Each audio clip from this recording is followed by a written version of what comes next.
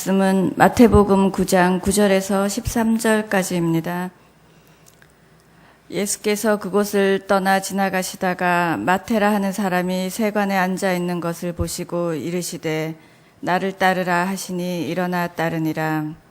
예수께서 마태의 집에서 앉아 음식을 잡수실 때 많은 세리와 죄인들이 와서 예수와 그의 제자들과 함께 앉았더니 바리새인들이 보고 그의 제자들에게 이르되 어찌하여 너희 선생은 세리와 죄인들과 함께 잡수시느냐.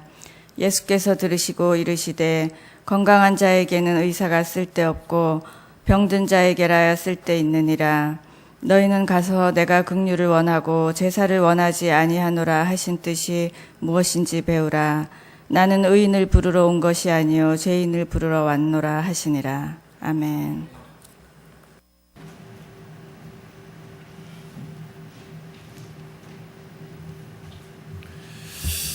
우리가 사랑하는 하나님 아버지께서 성도 여러분들을 더욱더 사랑하셔서 이 모든 기도의 제목들을 꼭 기억하시고 들으시며 응답하시고 성도 여러분들의 삶의 자들의 자리에다가 응답의 열매로 가득 채워주시기를 간절히 축복합니다.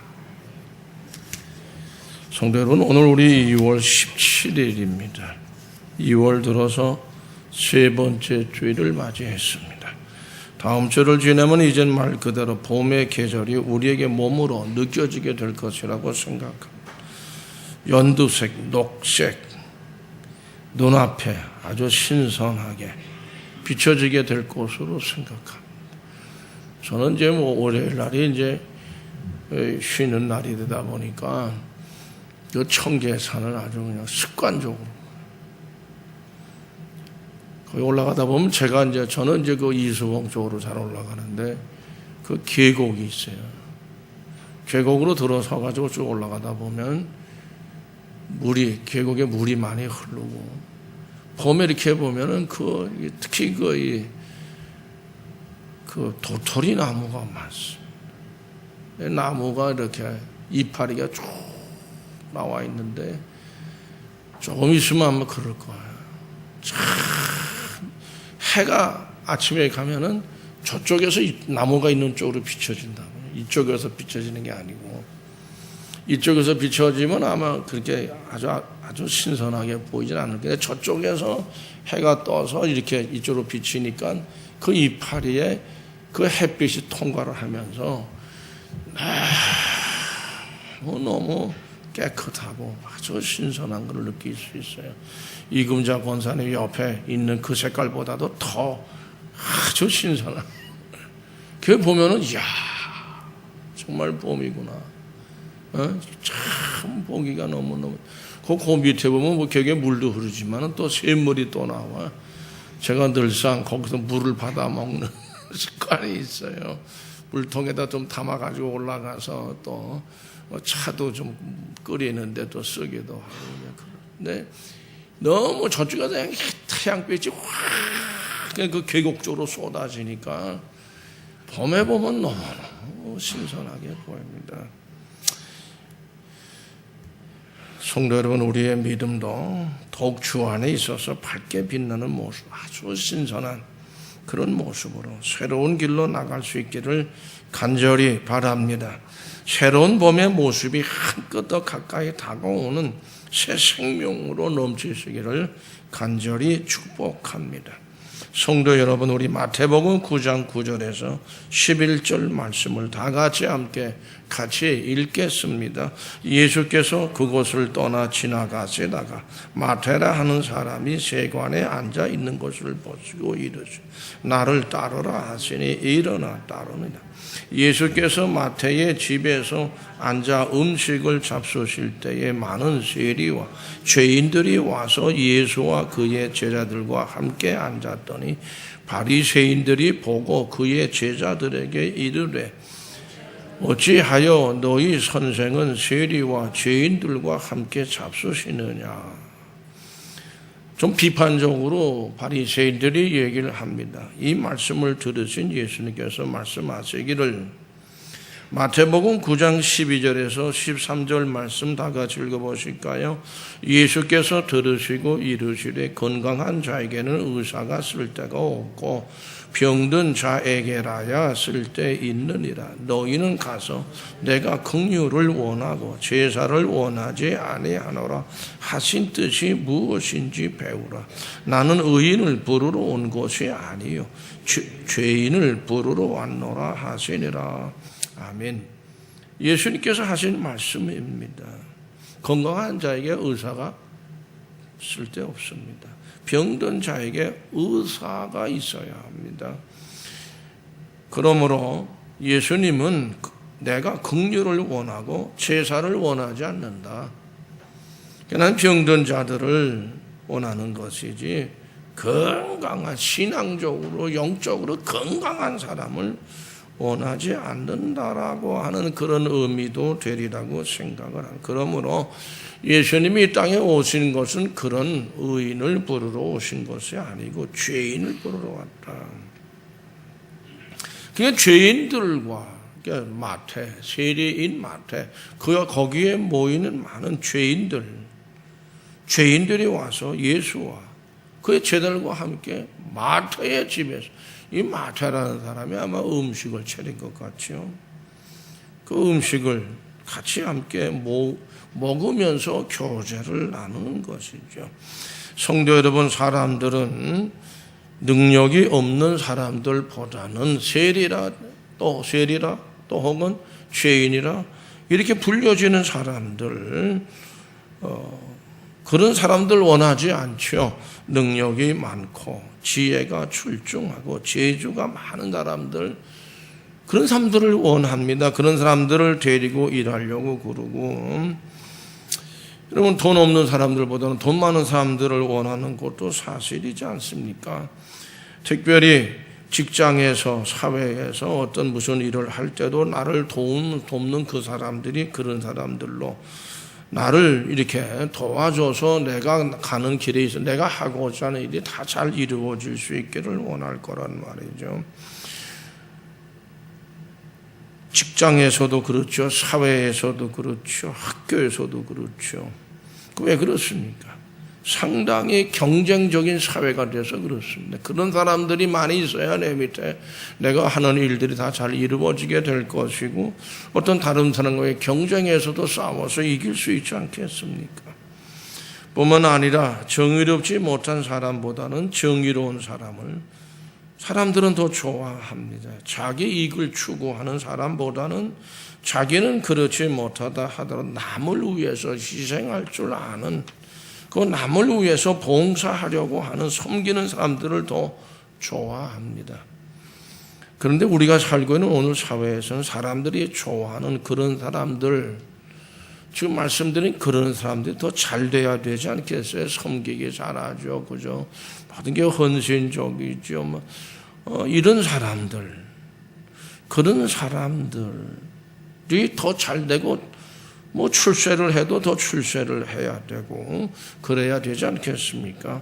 근데 그렇지 못하는 경우가 우리 사회에는 참 많이 있습니다. 정의로운 사람, 남을 위해 봉사하고 섬길 줄 아는 사람들, 이런 사람들은 더 사람들에게 칭찬을 받고 이렇게 존경을 받으니까 그들이 더 출세를 해도 더 하고 그래야 되는데, 그런 사람들은 오히려 어떻게 보면 뒤로 처지고 말이죠. 사는 모습이 힘들어하고 때로는 고난 속에 거하는 이런 경우도 있다. 뿐만 아니라 능력이 없는 사람들도 역시 마찬가지예요. 머리가 좋지 못하고 재주가 없는 사람들은 항상 이런 사회 안에서 뒤떨어지고 항상 버림받는 그런 자리에 서게 되지 않겠습니까? 그런 사람들은 그 누가 데려다가 일을 시키거나 오늘 말씀대로 제자로 삼는 경우는 없을 거라 그러는 거죠. 그리고 가르치려고도 하지 않을 겁니다. 왜 가르쳐봐야 소용없다 이거죠.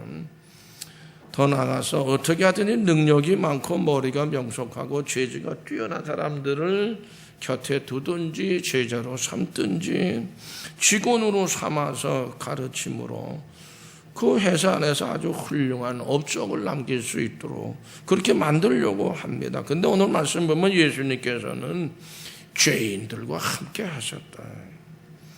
특히 세리라고 하는 직업을 가진 마태라고 하는 사람을 제자로 부르셨어요. 그 사람 집에 갔어요. 음식을 차렸어요. 기쁜 마음으로 같이 함께 음식 먹는 것을 나누었어요.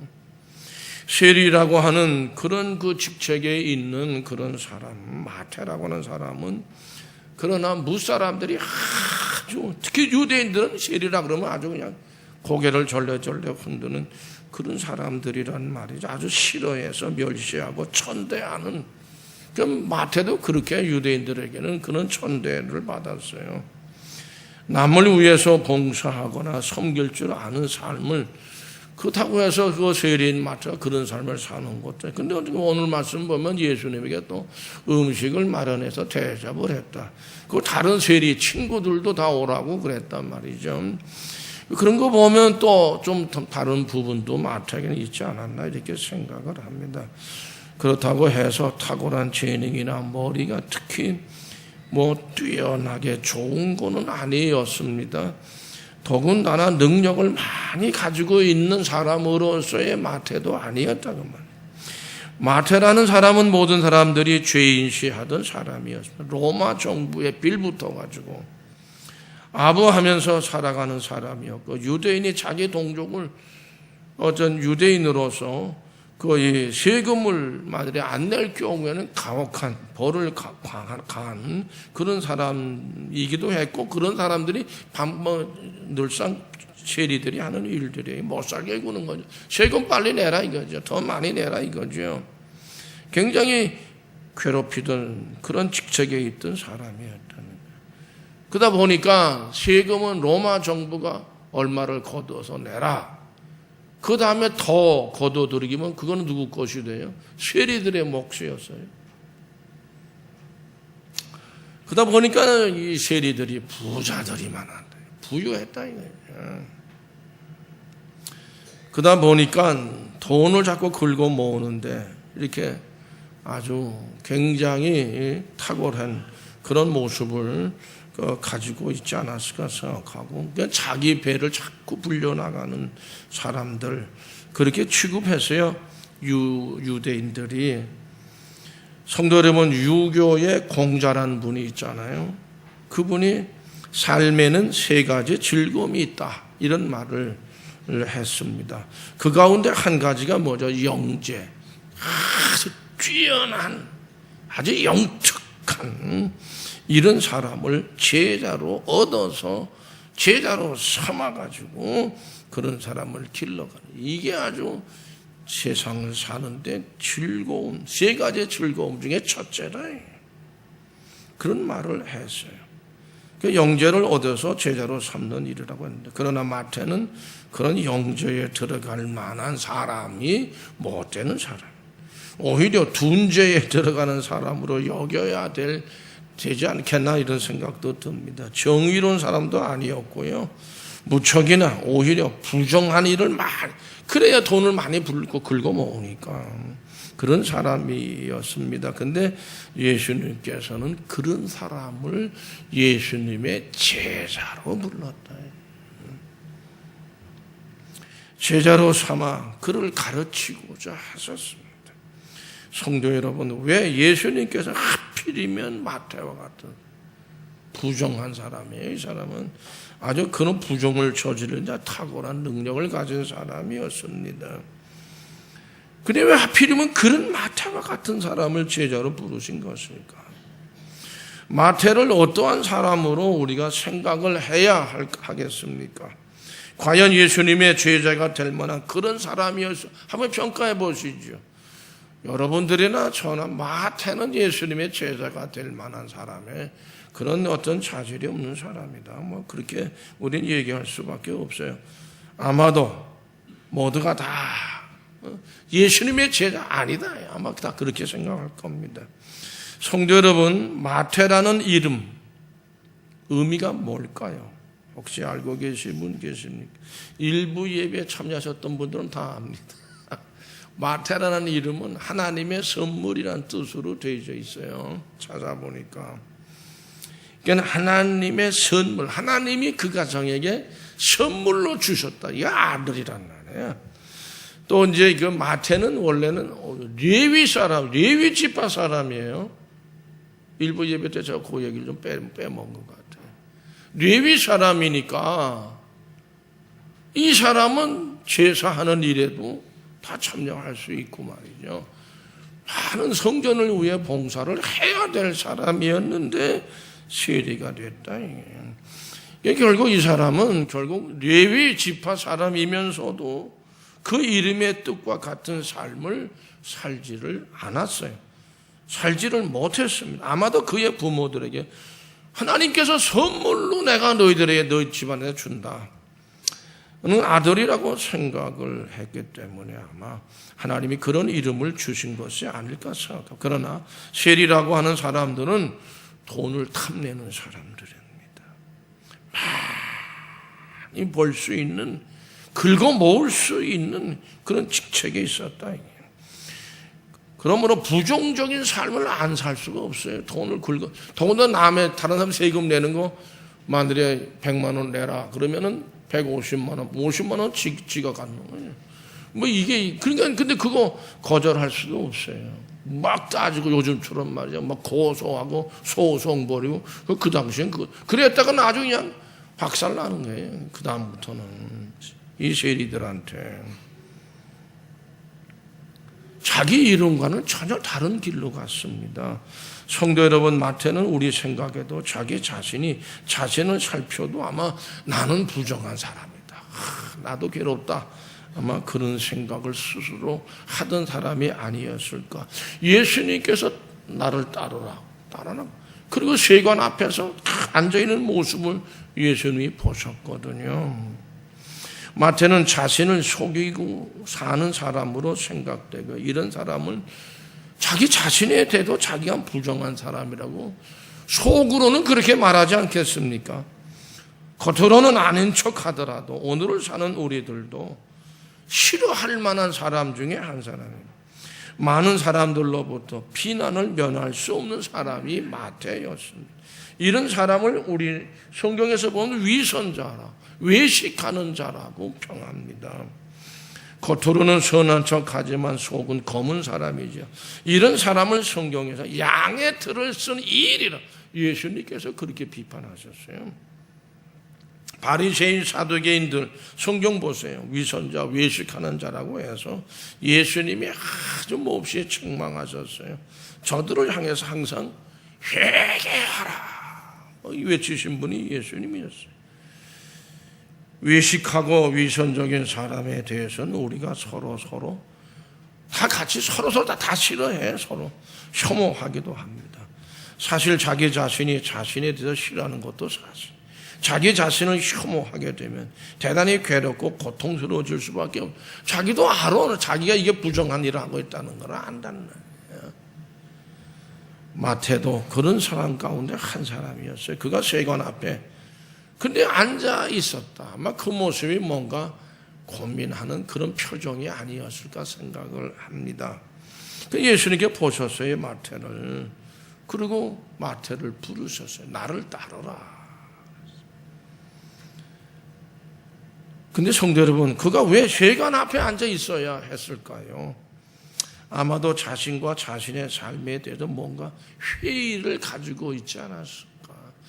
만일에 그 세리로서 그런 마음조차도 안 가지고 있고, 근데 마태는 그런 마음을 가졌다고 했을 때 비교해 보면 마태에게는 어떤 좀 길이 보이는 것 같지 않습니까?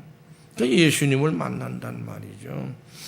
자신과 자신의 삶에 대해 회의를 가지고 있었기 때문이 아닐까. 그래서 들어가지도 못하고 거기서 떠나지도 못하고 고민하는 회의에 빠져 있는 그런 모습에 그런 마태의 모습을 예수님이 보셨다. 그러니까 자책감을 강하게 가졌어요. 내가 이제 그만 이 세리 노릇하지 않아야 되지 않을까 심각한 고민을 했고, 그 모습을 예수님께서 보시니까 그래, 너는 이제 내 제자가 돼야 되지 않겠나 그런 생각에 드셔서 제자로 삼으시겠다는 마음속에서 나를 따르라. 예수님의 부름을 받아서 예수님의 제자가 되었다고 하는 사실은 그가 하나님으로부터 어때요?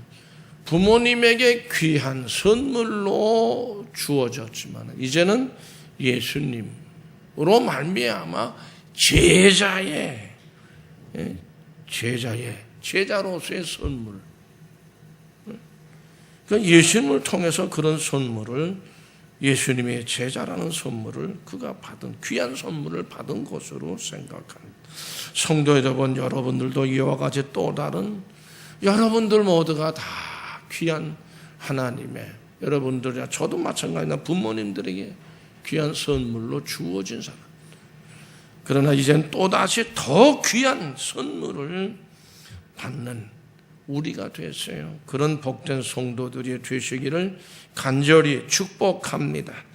마태는 진정 귀하고도 귀한 또 하나의 선물이었었어요. 성도 여러분, 자기 자신의 부정과 혐오감에서 헤어날 수 있는 길은 오직 예수님을 믿는 길 이외에 다른 길이 없는 줄로 믿습니다. 아멘.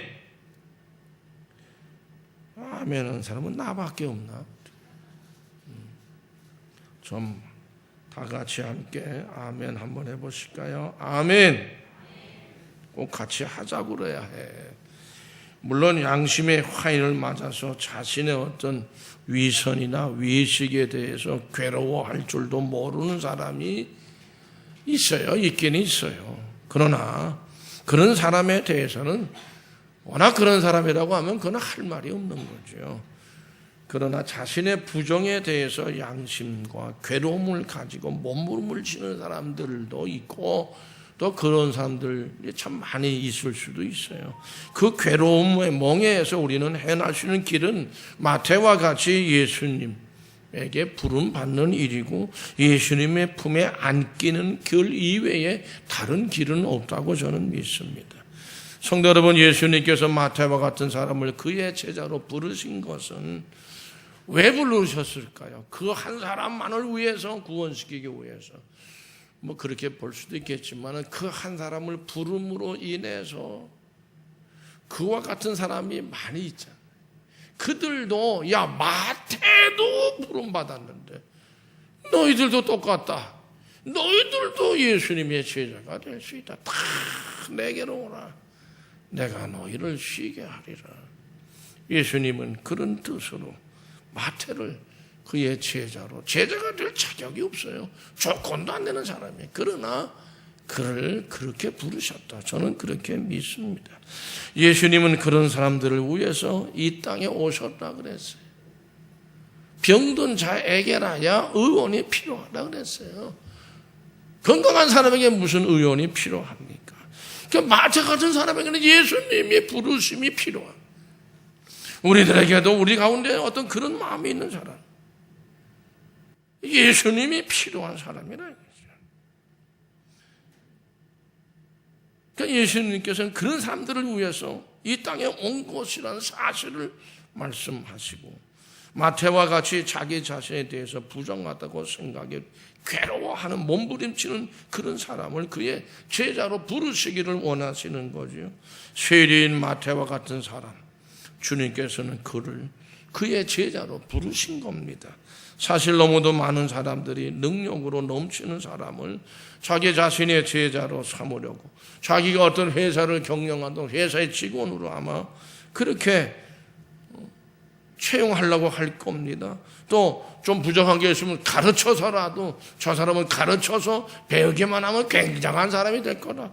뭐 이렇게 해서 그 사람을 가르치려고 아마 불러드릴 겁니다. 세리인 마태와 같은 사람을 그러나 예수님께서는 예수님의 제자로 부르셨어요. 성도 여러분들은 자기 자신을 살펴볼 때 자기 스스로 나는 떳떳하다고 생각하십니까? 아니면 나는 떳떳하지 못하다. 뭐 자신감 없다. 뭐 그렇게 생각하십니까?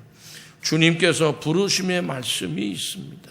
예수님께서 이 땅에 오신 까닭은 긍휼을 베푸시기 위해서 이 땅에 오셨다는, 그렇게 부족한 사람이에요. 그렇게 손가락질 받는 사람, 사람들이 상대하지 않으려고 하는 사람입니다.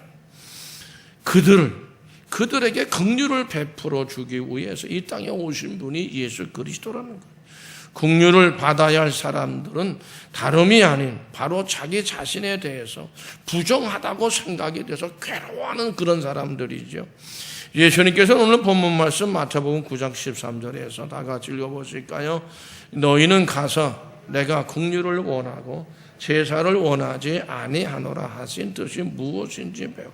나는 의인을 부르러 온 것이 아니요 죄인을 부르러 왔노라 하시리라. 아멘. 제사, 형식적인 제사, 형식적인 예배, 형식적인 신앙생활, 예수님께서는 그런 사람들을 원하지 않는 거예요. 오히려 죄인들을 부르러 왔다. 긍휼을 베푸시는 일은 죄인들을 용서하시고 은총을 베풀어 주셔서 그런 심령들을 구원하시는 일이고요. 자기 자신에 대해서는 부정하다고 해서 괴로워하는 분들이 있다면 주님이 부르시는 귀한 은총이 함께 하시기를 축복합니다. 다른 사람들에 대해서 또 마태는 자기 자신에 대해서도 부정해. 다른 사람들에 대해서 부정한 사람이었어요. 마태는 팔레스타인에서 유대인들 중에 쉐리라고 하면 유대인의 피를 빨아먹는, 고혈을 빨아먹는 사람들로 아주 그냥 그렇게 취급을 받았어요. 유대인들은 세금을 내지 않는다고 하면 재산을 뺏어가요. 쉐리들이 와서 네 재산 다 내놔. 뺏어간다. 그래가지고서는 그거 가지고 팔아서 내고 남았어요. 그거 돌려줘야 되잖아요. 안 돌려줘. 누가 가져? 자기가 갖는 거야. 만약에 세금을 안 낸다. 근데 아들이 있다. 하나가 있다. 그럼 어떻게 해요? 그걸 노예로 그 사람을 뭐 차압을 한다고 그러나 해가지고선 그 사람을 노예로 팔아버려요. 그리고 이제 세금 내고 남는 거 자기가 갖고 군대 또 내보내 사람을 아들로 갖다가 별짓을 다 했어요. 그냥 자신들 마음대로 세금 금액도 늘렸다 줄였다 막 그런 가운데서 자신들 마음대로 착취하는 그런 거 너무도 심했다는 거죠. 그러니까 세리들은 로마 정부에 어느 정도의 일정 금액을 내면 자기 임무는 다 끝난 거예요. 나머지 다 자기 거예요. 그건 아주 굉장히 부유했다. 세리들은 이 마태도 굉장히 부유했던 곳으로 여겨집니다. 큰 재산을 모았어요. 세리로서. 그들은 로마 정부가 원하는 어느 정도의 일정 세금 그 이외의 것은 다 자기 것들이에요. 성대로는 얼마간 거두면 자기들 마음대로 거두어서 자기 것으로 삼았어요. 100만 원 세금 내라. 그럼 150만 원, 그것도 50만 원 자기 거지. 그렇기 때문에 세리들은 세리 그러면 백성들로부터 수많은 혐오에 대해서 저게 인간이냐 이게 저게 사람이고 말이죠. 그로 인해서 세리들에 대해서 백성들의 원성이 자자했습니다. 그러나 그들의 권세가 워낙 크다 보니까 대들지도 못해. 요즘 같으면 뭐 고소하고 뭐 대단할 거 아니에요. 그러지도 못한 거예요. 그러므로 저들의 저지른 횡포가 엄청났었다. 그런 거로 그들은 생활 속에서 국가와 민족을 위해서 봉사한 게 아니었죠. 공무원, 봉사하는 공무원이 아니에요. 백성들의 피를 빨아 흡혈귀 같은 사람. 그러므로 유대인들은 세리라고 하는 사람들은 상종하지 않았어요. 그렇기 때문에 같은 말에 산다고 해도 서로 오고 가지 않았습니다. 그들을 향해서 항상 앞에서야 뭐 그냥 이래도 돌아서면 저 죽일 놈 이러고 막 욕을 막 생활이 편치 못하죠. 이런 사람들은 그 사회에서 모두가 다 관계가 다 안 좋은 관계가 다 깨져나가는 거예요. 인간관계가 파괴당하는 거죠. 사실 진정한 인생의 삶이라고 우리에게 얘기할 수 없습니다. 우리나라가 일본 사람들의 식민지였을 때 일본 사람들의 앞잡이 일본 사람들은 더 지독했던 사람들이 많이 있었던 것 같습니다. 친일파도 아니 이건 아주 일본 사람들보다도 더 지독하게 한국인이 한국인들을 그렇게 괴롭혔던 것처럼 이 세리들이 그런 짓을 했어요. 그러니까 삶 자체가 평탄치를 못했어요. 그와 같이 이 세리들 완전히 이건 로마 사람들로 봐야 되죠. 유대인들도 아니고 로마 사람들의 충성을 다하는 사람, 그들이었어요. 마태였어요. 다른 사람들에게 부정한 사람들은 자기 자신에게만이 아니라 다른 사람들을 또 고통스럽게 만들어 갑니다. 그로 인해서 사회 전체를 아픔 속에 빠뜨리고 죽이는 경우도 있고 또 병들게 되고, 그 중에 한 사람이 마태였다는 거죠. 마태는 결코 평안치를 못했습니다. 근데 그러니까 세관 앞에 앉아서도 누가 와서 뭐 말을 건넵니까? 아마 지나가면서 저 죽일 놈 그러고 욕하고 지나갔겠죠. 근데 예수님이 지나가시다가 마태를 봤어요. 근데 나를 따르라. 이게 또 무슨 말씀인가? 누구 하나 따뜻하게 얘기해 준 사람 없는 사람인데, 예수님의 그 말씀이 아마 따뜻하게 느껴지지 않았을까? 그렇게 생각합니다. 예수님이 그런 마태 왜 불렀을까요? 장래가 촉망된 유능한 사람이 아니었어요. 마태와 같은 사람들이 그러나 오늘날 우리에게도 있어요.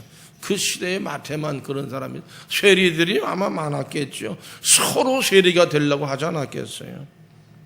주위 사람들에게 손가락질을 받고 비웃음을 받는 그런 사람들. 성도 여러분, 예수님께서 마태와 같이, 야, 마태도 내가 제자 삼는데 너희들도 내 제자가 되라, 그렇게 하시기 원하셔서 마태를 먼저 부르신 거죠. 건강한 자에게 의원이 필요 없는 것처럼 예수님은 의인이 아닌 죄인들에게 긍휼을 베풀어 주시기를 원하셨습니다. 마태를 부르셨어요. 마태와 같은 사람들 또 부르시기를 지금 원하시는 것. 우리 자신들이 비웃음이나 또 손가락의 대상이 되는 경우도 있어요. 예수님을 만나야 하는 줄로 믿습니다. 이 마태는 다른 사람들에게도 부정했지만은 하나님에 대해서도 부정한 사람이었습니다. 하나님에 대해서 부정하다고 하는 것은 하나님의 율법을 쫓아 살지 않았어요. 레위 사람이었는데 하나님 율법하고 상관없이 살았어요. 완전히 곁길을 갔어요. 결국 이 사람은 성전의 세리라고 하는 사람들은요, 율법을 쫓아 살지 않았기 때문에 항상 모든 사람의 주인이었어요. 그러니까 성전에 올라가도 이 사람들 들어갈 자리가 없었답니다. 여인들이 앉는 자리, 다 구별되어져 있는데 이 사람은 죄인이니까 어디도 앉을 수 없다. 이렇게. 기도 자리를 기도하고 싶어도 무슨 소리야, 세리가. 제사 드릴 때 네가 어떻게 제사, 하나님의 번제 제사 드리는지 참네. 나가, 너희들 다 쫓아내고 말았다. 랍비들이나 제사장, 서기관 같은 사람들과 내가 좀 고민이 많은데 서기관님, 랍비시여, 내 얘기를 좀 들어주세요. 너는 내가 너한테 들을 얘기 가치도 없는 놈이야. 가! 상담도 안 받아줬다. 그러한 사람들이 하나님에 대해서 세리들이 부정한 사람으로 봤기 때문에 상대를 안 해주는 거예요. 그들은 하나님의 저주를 받은 사람들이고 하나님의 버림을 받은 사람, 그렇게 여겼어요. 그렇지 않고서는 세리라고 하는 직업을 그들은 가질 수가 없었어요. 이들은 서로 하나님을 믿고 싶다고 하더라도 신앙생활을 하고 싶어요. 그런 욕망이 있어요. 결코 하나님을 그러나 믿을 자격조차도 없어. 너희들은 하나님한테 버림받았는데 무슨 저주받은, 너희들은 저주받은 사람들이에요. 마태가 바로 그런 사람들 가운데 있었는데 예수님께서 나를 따라라 부르신 거예요. 예수님의 제자로 불러주신 사도들이 있는데 말이죠. 예수님께서는 왜 그런 유의 사람인 마태를 부르셨느냐? 말씀드린 대로 하나님에 의해 버림받았다고 하는 사람들이 마태뿐이 아니었다는, 세리들 중에도 그런 사람이 있었고 또 다 세리가 아니더라도 그런 유의 사람들이 참 많았다. 우리 주위에도 보면 하나님에 의해서 버림받은 사람인 것 같은, 저 사람들은 뭐 예수를 믿으라 해도 믿을 것 같지도 않다고 여겨지는 사람들이 뭐 있지 않겠습니까? 세상에 그 무엇으로 설명될 수 없는 아주 악한 사람 같은 사람들이 있을 수 있어요. 그러나 그들을 위해서 예수님은 긍휼을 베푸시고 구원하기 위해서 이 땅에 그런 사람들을 구원하시, 육신을 입고 이 땅에 오셨다는 거예요.